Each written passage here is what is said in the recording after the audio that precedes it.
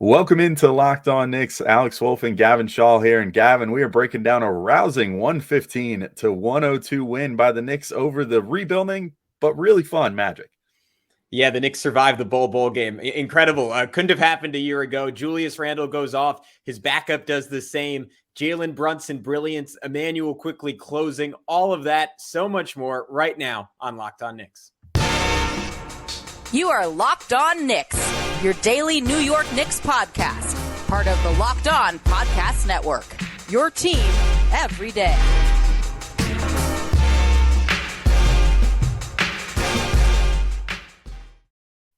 All right, welcome in to Locked On Knicks. Today's episode is brought to you by LinkedIn. LinkedIn Jobs helps you find the qualified candidates you want to talk to faster. Post your job for free at linkedin.com/LockedOnNBA. And we want to thank you guys for making Locked On Knicks your first listen today and every day, whether you're checking us out on your favorite podcast platform or taking in the sights and sounds on YouTube. We appreciate you guys making us a part of your daily routine. I'm Alex Wolf. I'm editor-in-chief of Knicks site, The Strickland, which you can find at thestrick.land. He is Gavin Shaw, your favorite play-by-play broadcaster's favorite play-by-play broadcaster. And we are breaking down the Knicks 115-102 win over the Orlando Magic at home. And I got to say first, before we commend, the Knicks starters and everything, and we'll talk about the Magic in a minute, but this Magic team is really fun. I really enjoyed watching this game from both sides. As for how much work we put into every year, the fantasy land of the Knicks potentially winning the lottery and all that stuff. I had some grand visions of Paolo Banchero in my head this year, and he looks great on the floor. But I think we got to start with the Knicks first. We'll talk about Paolo in a couple minutes, but the Knicks, 3 starters, Gavin, over 20 points in this game. And I'm I know we're so early in the season, but things are looking good enough that I'm almost ready to put it to bed that the starters are a detriment to the Knicks at this point. I think Jalen Brunson is making a big difference, but I think they really, to his credit, Tibbs has these guys playing a very pass-happy, aesthetically pleasing team style of basketball right now, and that starts with the starters, continues with the bench, and really has just been going all 48 minutes for the Knicks right now. Yeah, I think it's funny because I would still argue that all that stuff gets even more intense and even better when the bench comes in, and yet the gap has definitively closed. It's not that the starters aren't doing it well; it's that the bench is moving the ball so quickly and playing with so much pace and so much cohesiveness that there's still a difference there, but the starters have done. I mean, it's light years ahead. They were just about as bad as any team in the NBA. I'll say it. They were probably the worst team in the NBA in terms of the cohesion that their starting 5 had last year. Honestly, even the year they were good in 2021, the cohesion was there in the sense that everyone kind of figured out how to play off of Randle. But in terms of 5 guys making each other better, it was pretty non-existent that year. It was pretty non-existent the year before that. Since the 2012-13 season, it really hasn't been there in the Knicks starting lineup. And this team is starting to look like they have it. I want to see it against the elite defenses in the league. I want to see it against the Celtics at full strength. I want to see it against the Bucks. I want to see it against the Sixers. I want to see it against the Heat. I want to see it against the Raptors, on and on and on and on. But you know what? It looked really good tonight against the Magic team that's super young, but to your point, has 3 guys out there that are 6'10" or taller at all times, and that would tend to gum up the works in the past, and it's not. And there are a bunch of reasons for that, but at least on the offensive end of the floor, it starts with 2 people, Jalen Brunson or Julius Randle. So I'll throw that right back to you, Alex. Which of those 2 do you want to start off with? Well, you know what? Before I answer your question that you just threw to me, let me throw you this one. Oh boy. I made this comparison in our little Locked On Now video, our little quick summary to send to our Locked On Game to Game show. But I said, I think the way that the ball is moving right now, I haven't felt this good since 2012-13 as far as how the ball moves on a Knicks team. What do you think about that assessment? Oh yeah, that's what I was just saying. I totally agree with it. I think there's another team that's comparable. I think the bench of the 2020-21 team is the one analog, and this is a more amped up version of that on the bench with the starters doing similar stuff to what that bench did. Yeah, I agree. And as far as who to start with, I mean, I'm going to go with Julius Randle, honestly. And I know that we've been starting with him a lot lately, but I mean, it's so weird because he is definitely playing a more team-friendly style of ball Euroball Randle, as we're going to call him, I think all year, is out in full force. I mean, Alex, he just went to a bunch of EDM fests this summer, and now he gets it. he gets it now. But there's just, I mean, his game is so much more aesthetically pleasing right now. Like he got 25 points in this game, but it didn't feel like he had that many points. You know what I mean? Like I just watch how he's playing right now, and it's not like you're just tossing it to Randle and having him go to work in his office now. Like he's taking smarter shots. He's, he had a couple little flubs here and there. Like there was one, sort of trying to spin into the lane, dribble off the leg turnover, which Randle has kind of made famous over the last few years. But other than that, like just the decision making has been so good. He's looking for all of his teammates on the perimeter. I'm pretty sure that when RJ was as cold as he was in the early stages of this game, he cost Randle probably a few assists, based off of the looks that Randle was creating. I love what I'm seeing from him. Like, again, running the floor with gusto too, had a great transition dunk in this one, a nice like two-handed jam and a roar afterwards, to the crowd and to the opposing players. Like he looks like he's having a lot of fun right now. And that was never the case last year. It seemed like last year he came in with a chip on his shoulder. I know it's so cliche, but it almost seems like that's just the difference this year, that he's playing loose. He's maybe appreciative of the fact of having Brunson out there and understanding just how much of a go-to guy Brunson could be. And maybe that's a good segue, Gavin. I'll throw it to you to talk about Julius, but a good segue into Brunson too. Like Randle, I don't think has to be the guy that just goes out there and gets the statement bucket anymore. Like RJ has some ability to do that, but it's been a little shaky to start the season so far, like as he's been mini slumping a little bit. But Brunson in this game, I thought just did a great job of taking over when it was needed. Like he and Cole Anthony got into a little back and forth for a bit, but Brunson ultimately won that, I think, handily, in terms of the tit for tat there. Like Brunson really just was getting inside at will, was getting his little, mid-range pull-up that he loves so much. Like it was second nature, because it probably is at this point. But yeah, I thought he did a great job of being the go-to bucket in this game. And that is something that, especially last year, I think the Knicks really lacked, was having a guy that just had his like pet shot that he could go to and make, at like a 50% or greater clip. And Brunson had that in this game. And that's why he wound up, you end up with three guys, 20 points or more, even for as much as I say that RJ slumped a little bit. 20 points for RJ, 21 for Brunson, 25 for Julius. They all just sort of at a certain point had their pet things that they could go to, and it all melded together really nicely in this game, I think.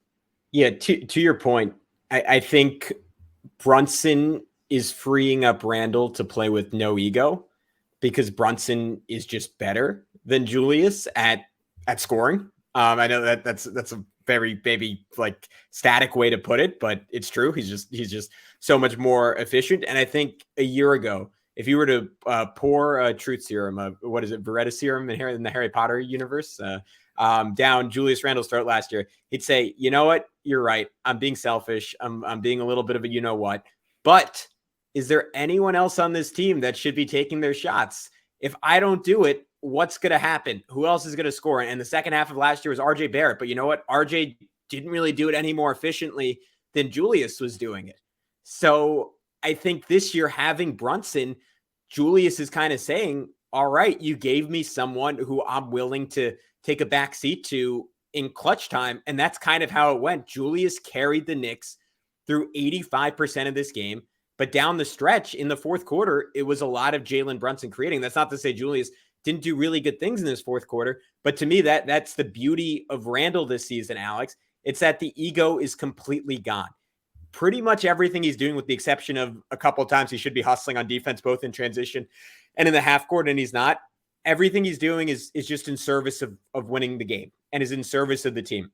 When in last year, I think it was in service of proving that he's a star and quote unquote proving the doubters wrong and solidifying his position in the pecking order and trying to show that the season before wasn't a fluke. This year, just about winning. It's just about basketball. And turns out he's a really good player when things are that simple. Yeah, I agree. And I'm loving how he's playing. And I hope that it's here to stay. That's the greatest hope that I have, though I will say, and I've said this a few shows recently, he's been the one guy that generally the guy that you get early in the season and in the preseason is the guy you get for the rest of the season. Like he doesn't show it. I guess he's sort of like Tibbs in that way. Like he doesn't change a lot about himself during the season. He takes off season reflection time to get things different about his game. And like 2020-21, he came in and was really crushing it. And we were like, oh, is this sustainable? And then 20 games or so went by, and we're like, I think this is sustainable at this point. And the Knicks are really good. Like this is weird. And then last year, it's like comes in, seemed a little too self-absorbed with his game and his scoring and everything. And that took about 15-20 games for us to finally start being like, yeah, all right, I guess this is who he is. So we'll give it 15-20 games again this time. But right now I'm feeling very encouraged based off the fact that in previous years, who he's come out looking like early in the season is generally who he is. And so as of right now, he's looking like a fantastic, unselfish player. Two other quick notes. Jalen Brunson, 3 turnovers. So womp womp, that streak is broken. He has officially turned the ball over in the season, but also had 6 assists. So still a nice little 2-to-1 ratio there. RJ Barrett, speaking of guys that carried the Knicks down the stretch, started off the game 1 of 9, finished 6 of 10, and also made his first 3 triples of the year. So that's good stuff too. There's one guy we have conspicuously not talked about though, and that is Mitchell Robinson. And we are going to talk about him in just a second. But first, I got to let everybody know about LinkedIn Jobs. And these days, every new potential hire can feel like a high-stakes wager for your small business. You want to be 100% certain that you have access to the best qualified candidates available. And that's why you have to check out LinkedIn Jobs. LinkedIn Jobs helps find the right people for your team faster and for free. And look, I don't have much experience hiring. I wish I was that high up in any of the various jobs that I do. But I do have plenty of experience as a job seeker. And I got to say, LinkedIn Jobs does the absolute best job of directing me towards the jobs that I want and the ones that I look at and say, oh, that seems like a perfect fit for me. I go in Indeed, I have to sort through a million different like entry-level sales positions to get to one position that I like for a day job. LinkedIn is always sending me the jobs that consistently wow me and make me say, wow, I seem like a great fit for there. And if you're a hirer, that's what you'll get out of LinkedIn. You'll get a bunch of people that are very interested in your job. So all you have to do, you add your job and the purple hashtag hiring frame to your LinkedIn profile, and you could spread the word that you're hiring. Simple tools like screening questions make it easy to focus on candidates with just the right skills and experience so you can quickly prioritize who you'd like to interview and hire. And you guys know the drill, especially if you're a small business, owner, or if you work for a smaller company, these things are important. Every team member is an important, piece of the puzzle, and you got to make sure you find the right person. LinkedIn Jobs can help you do that and close the year strong. It's why small businesses rate LinkedIn Jobs #1 in delivering quality hires versus leading competitors. LinkedIn Jobs helps you find the qualified candidates you want to talk to faster. Post your job for free at linkedin.com/lockedonnba. That's linkedin.com/lockedonnba to post your job for free. Terms and conditions apply. All right, Gavin, we are back talking the Knicks win over the Magic. I keep having to look at the score again. I'm not used to the Knicks scoring this many points every single game, but 115-102 in this one. Tibbs recently said that in an interview or in one of his availabilities, that he wants the Knicks to shoot like 53s a game now. So I guess we should start expecting these scores as long as those threes start falling. But one guy that we really conspicuously have not talked about yet is Mitchell Robinson, who finishes this game with 14 points, 6 of 7 shooting, 3 blocks, and 6 boards, which much to the chagrin of one of our listeners who has told us on Twitter a number of times that he does not think that Mitch is a good rebounder. I hate to break it to you, Mitch is a great rebounder, and we'll explain why on another episode soon. But Gavin, you wrote in our notes here, one of the better defensive games of Mitch's career, ? That's a pretty bold claim. So I think you should go ahead and make your case right now. All right, I will say this. First quarter, easily one of the best defensive quarters he's played of his entire career. I think that is pretty inarguable. Like I was tracking it. Here's how he started this game. So I think it was literally the first possession for the Magic. An elite rotation on Terrence Ross, where Ross was going up to shoot a 3 and then literally just rose up and dropped it for an up and down, which you very rarely see in the NBA, because NBA players, especially ones like Ross, who have been in the league for a decade, are generally pretty cognizant of the length and athleticism that's in the league. and they know if they have enough time to get their shot off or not. But Mitch just shocked him. And, it was such a good feeling because it reminded me of what we used to see from first and second year Mitch, where he would block shots and guys would just have this blank, empty look on their face. Like, this guy's an alien. How did he get to that? No one else in the league gets to that shot. That's what happened for Mitch. It was a different level of speed for someone his size. And then just had a vicious help side block on Franz Wagner. Another help side block on Cole Anthony that ended up in a bucket. I'll talk about that in a second. Then shut down another possession to force a shot clock violation when he locked up Wendell Carter, and he was forced to just pass it out to Cole Anthony with like 1 second left on the clock. Then in the second quarter, absolutely shut down the best player in this game, best player on planet Earth, Bol. When he was about to shoot a three, just came up and blocked it. Was an absolute force on the offensive end of the floor, and then essentially sealed the game when the Knicks were up by 8. It was 108-99 with 2:18 left. Had like a tip in that missed, and then a second and third effort to get it to go. All that added up to, for Mitch, 14 points, 6 rebounds, 3 blocks. I'm honestly, even though he only played 30 minutes, I'm almost surprised his stats weren't better. But Alex, you and I were talking about this a little bit pre-show. I think the reason sometimes people perceive him as a poor rebounder is because he will switch onto a guard or forward who are about to get all the way to the rim. He will get a good contest on it. He will force a miss, and then his man will get a putback. That's been happening over and over again, both in the preseason, and then tonight was the first time I really noticed in the regular season, but I think it happened once or twice the first 2 games. And it's a situation where I could see where if you're just watching live and you're not replaying it like a couple of times, it looks like that's on Mitch, but it's on the guy he's switching with to box out his man, because if not, obviously, like if you don't have help on that play, he can't guard 2 people. And if he doesn't switch, he's going to give up a layup anyways.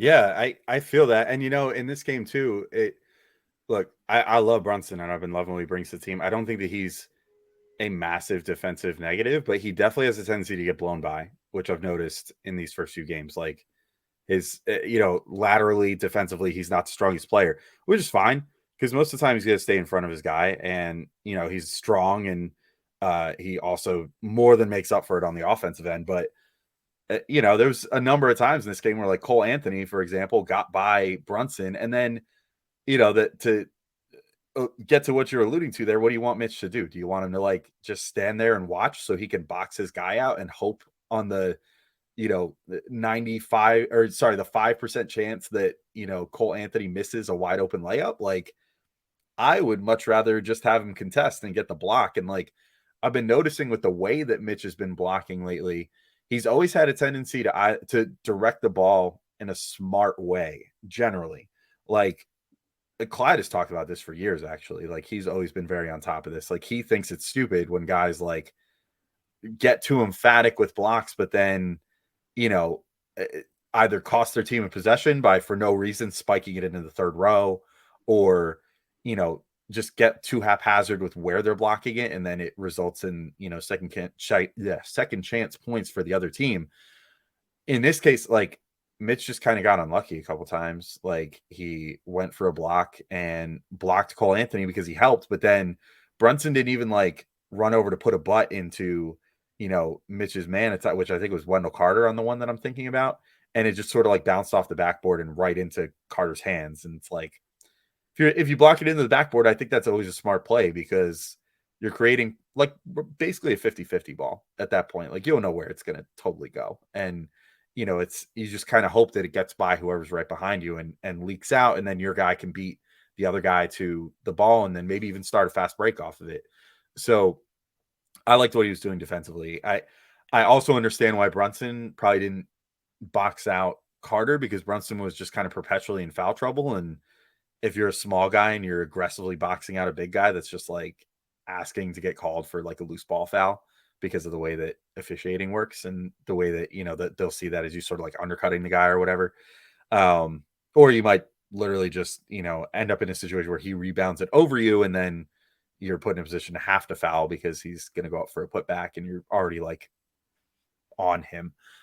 So, no harm, no foul in that situation. But I'm with you. I've been loving what Mitch has been doing defensively. I think that the Knicks as a whole need to do a better job supporting him, but he's really been carrying a heavy load on the defensive end so far this year. And the offensive rebounding still just remains super duper elite. I mean, he between him and Hartenstein, who I thought also had a pretty good game on the offensive glass, like it really mitigated another bad half from RJ in that first half because they were both just there to eat up the scraps every time. And it kind of led to a funny interaction even between Hartenstein and RJ at one point where like Hartenstein had gotten a putback on an RJ miss. And you could tell like the Knicks called a timeout or as a TV timeout. And like you could see RJ sternly walking back towards the bench and Hartenstein coming up to him, gave him a pat on the chest. You could tell he's like, I got you, man. I got you. And RJ was like, obviously like, yeah, thanks, man. But like you could tell in his head was like, I don't want you to have me. I just want to make the shots already, you know? Yeah. But I thought that Mitch just, it was a fantastic game for him, especially against a team with, as we said earlier, as much size as the Magic have up and down their roster. Like, you know, they have Wagner, who's like 6'9" or so. And then they have obviously Paolo, who's 6'10" and just built enormous, you know, and then you have Bol, who really showed out today and is like 7'4", right? Is it like 7'3", 7'4"? And like super, you know, mobile and kind of hard to deal with. And also Wendell Carter, who's like, I think probably one of the most underrated bigs in the league right now. Like, I think he's a really good center. And Mo Bamba, who, you know, is not a total slouch either. I mean, that's like a lot of size that they could throw at you. And I thought that Mitch did a great job all night of containing those guys, you know, keeping them away from boards, which allowed Julius to really feast and allowed, you know, that sort of thing allows like RJ Barrett to get 6 boards and, you know, Jalen Brunson to grab 3 and, you know, like for your other teammates to find rebounds. So, yeah, I really like the game for Mitch. A little long-winded, but a lot of good things to say about his game. No, I'm with you. I wanna go rapid fire on everyone, Alex, because I just feel like there's so much goodness in this game. There's so many good plays, like some of those Obi dunks. Let's get into all of it in just a sec, but first, let's take one final break. All right, we are back on Locked On Knicks, third and final segment for you guys. I'm gonna start since this is like the popcorn section, the bounce around section. I think we got to start with Obi Toppin. Two of the better lob dunks he's had in the second quarter. One on Paolo Banchero's head. I know you had similar thoughts, Alex, but I think Obi's the number 1 pick now, not Paolo. It's Obi. And then the second one was, I can't remember if it was Paolo guarding him or someone else, but it was Paolo both times. It was Paolo both. Oh yes, he really annihilated Paolo. Dude, Obi should just take over his contract. That's how it should work. Paolo should have to dunk on Obi to get his money back.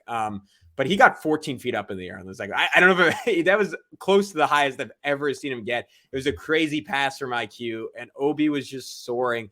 And beyond the dunks, though, him and IQ didn't score in this game, but I still thought had some really good moments. They were just generating so much good stuff from a ball movement perspective. And like we saw last year, it became contagious where all of a sudden you see Cam Reddish throwing these really smart passes. And you're like, oh, Cam can do that. That's awesome. And like, I'm sure if you ask Cam, he'd be like, yeah, that's IQ and Obi like rubbing off on me. And then Obi had one of his better passes ever where he caught the outlet in transition in one motion, just threw it behind his back to a cutting RJ behind him for a jam. And maybe that is what gave RJ some confidence and got him going. So it would have been nice to see Obi get some more minutes down the stretch. But for what Tibbs gave him, I thought another really, really good game.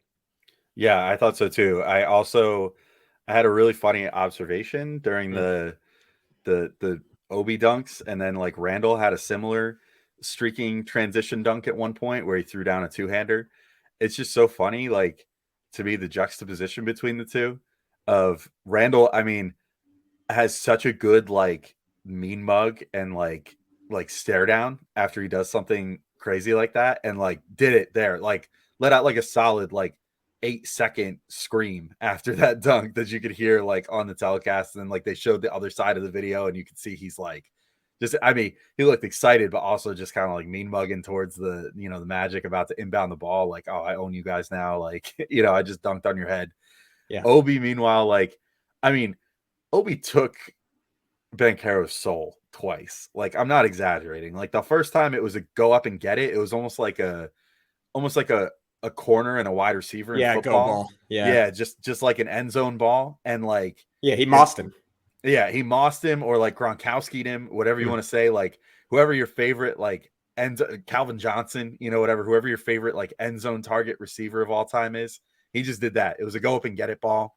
and Obi just got up and got it and dunked it over Paolo, like almost just kind of was able to only get like a tap on it, but emphatically grabbed the rim afterwards and got it through the hoop. And that one was the one where he sort of had his like scream. Second one, as you said, even more physically impressive, where he like got super high over Banchero to finish that one and got Banchero chided by Clyde there in the commentary. But the funny observation I had was like Randle has that like mean mug and that scream, and Obi had almost just like tried to do that against Paolo the first time, like he let out like a scream, but then they showed the video of him and he's just like beaming, like he's smiling. I'm like, who would ever be intimidated by that? Like he's just like smiling super big, but like yelling, and it's like it's supposed to be intimidating, but it's like I feel like it's like a lion cub like trying to roar. Like you're just like, oh, how cute! Like Randall's like the parent lion. Yeah. And Obi's just like the young one. So he's trying to imitate him, but can't quite get there. Can't quite do it. But I mean, just fantastic plays by Obi in this game. I thought he was super electric. I'm with you on IQ. I don't think we have to add too much to the fact. Like I think the fact that he had 0 points and 8 assists, but still really positively impacted the game and was trusted with being out there to close the game. Says a lot about the type of game that he had. And I guess maybe that brings us again to Evan Fournier, who again, like the thing that comes to my head when I'm thinking about Fournier right now is like square peg round hole. You know, it's like he definitely has skills that should work, but when those skills aren't working right now, I don't see the positive value that he's bringing. And the main skill obviously is the shooting, and he only goes 2 for 8 in this game. Every single one of those was from 3, if I'm not mistaken.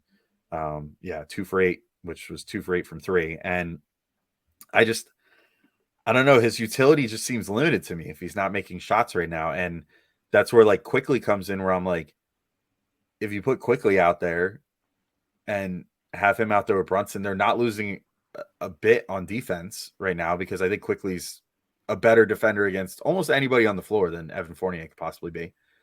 But then you're also getting so much more ball movement, and Quickley does a lot of the similar things that the other guys in that starting unit can do, which is like get the ball, make a quick decision, drive into the paint, kick out to somebody, get the ball swinging around the perimeter.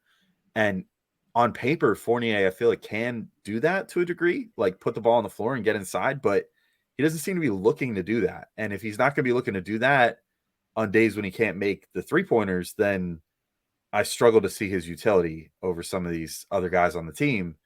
And now, as of right now, include Quickley, Grimes when healthy. I would almost even rather see like Cam Reddish out there at the moment, get soaking up those minutes, because I think that he's proven to be pretty versatile on defense and, you know, especially on offense right now, using that length and everything.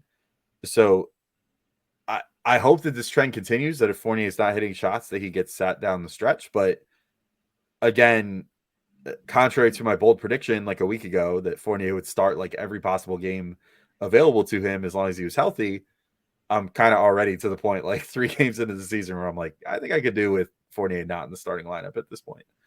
Yeah, I think the issue with Fournier is that he can't take advantage of gaps in a defense the way that IQ can, and the way I've seen from Grimes, certainly in Summer League and a bit in the NBA so far. And to me, the 2 issues there are he's just not a great live dribble passer. Occasionally he'll make a really good one. And I think honestly what that is that it's not a lack of passing skill. It's just that no one in the NBA freaks out when Evan Fournier has a step on someone getting into the lane and towards the basket. And not that they totally do with IQ either, but I think just because IQ brings that speed element, there's a little bit more respect there and a little bit more of a fear of like, all right, we got to catch up to this guy. Like I'm going to take a step out of the corner to go get him. And it's the fact that IQ just is, I think, a better passer, especially to the corners, than Fournier is.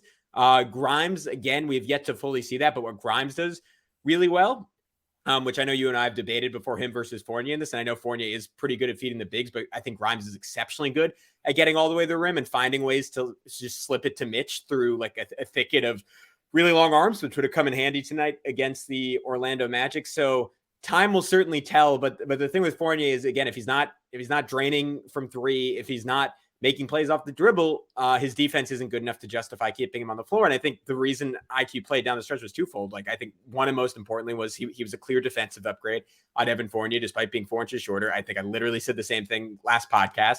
And two, he's just more of a threat to just keep it moving offensively. To me, that was the biggest theme tonight. Last game I highlighted Brunson and IQ's chemistry. This game, one of my favorite plays in the game was Randle driving into the lane, like did a spin move, drew 2 defenders, then kind of flipped on a dime, did a 180 pass straight back out to IQ. IQ's defender had to run out to try and contest the 3. IQ sped by him. Mitch's defender steps up. IQ just does like a little like up and under pass to Mitch for a jam. And it's that kind of synergy between those two. And the fact that IQ can make the next like dribble drive and make the next pass. And I don't know if Fournier can do that with the same consistency. Yeah, I'm with you there. I think a good note to wrap up on, I just really give props to the Magic. Like, I thought they were really fun.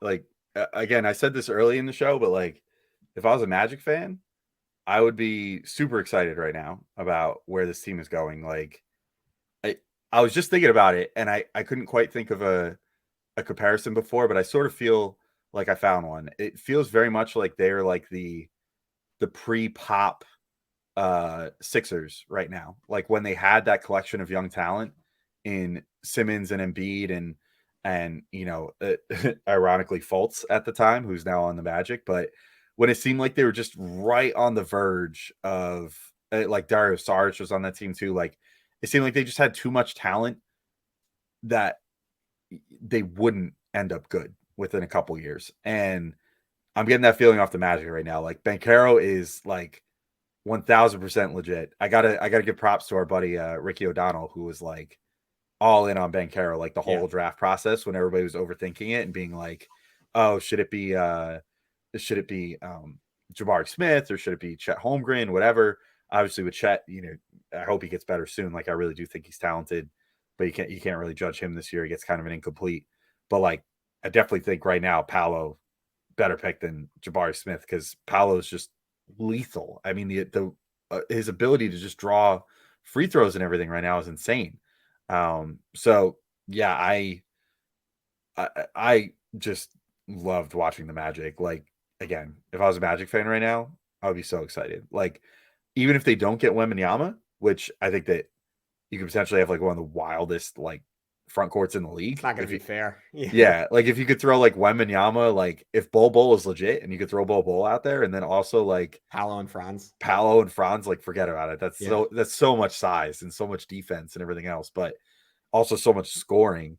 But like, even if they don't get him, like imagine they get like Scoot Henderson, like crazy good this team could potentially be. So, shout out to our coworker Philip Rossman-Reich with the Locked On Magic podcast. But like that team, they're not going to win a ton of games this year, but they're going to be really, really fun not winning games this year.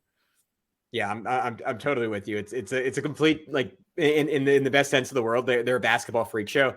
They remind me more of the Bucks early in Giannis's tenure, which makes sense given that their GM is John Hammond, who drafted Giannis and built out that Bucks team and fetishizes length like no other general manager in the NBA, and it looks pretty good out there. I'll end on just like a couple of rapid fire notes, just kind of going guy to guy. For Julius, one thing I noticed with him this whole game, I know you wanted to mention his floater, so I'll leave that for you if you want to get it in real quick.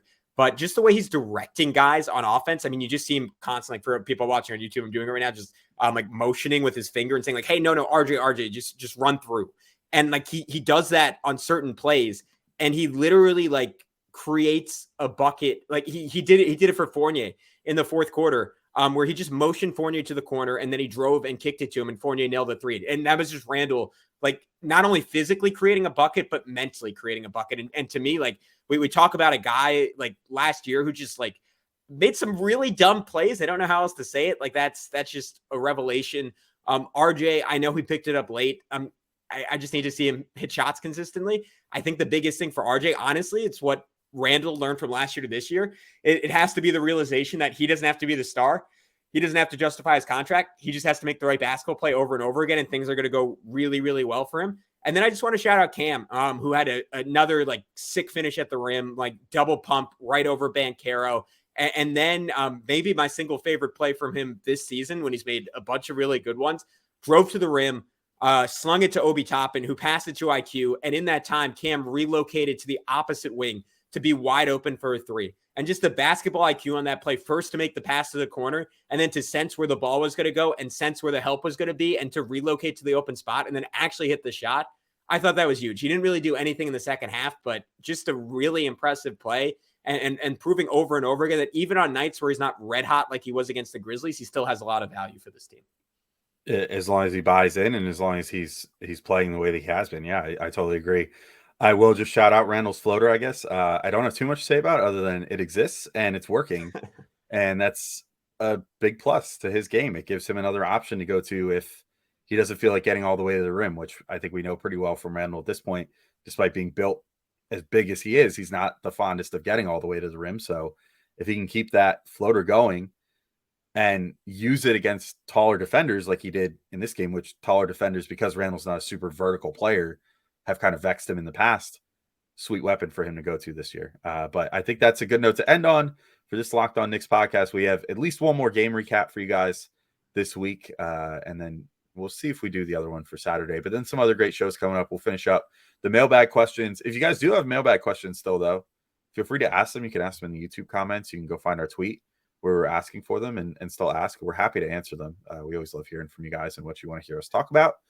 And that's pretty much it. So until next time, thank you all for listening, and we'll talk to y'all soon. Peace out, everybody.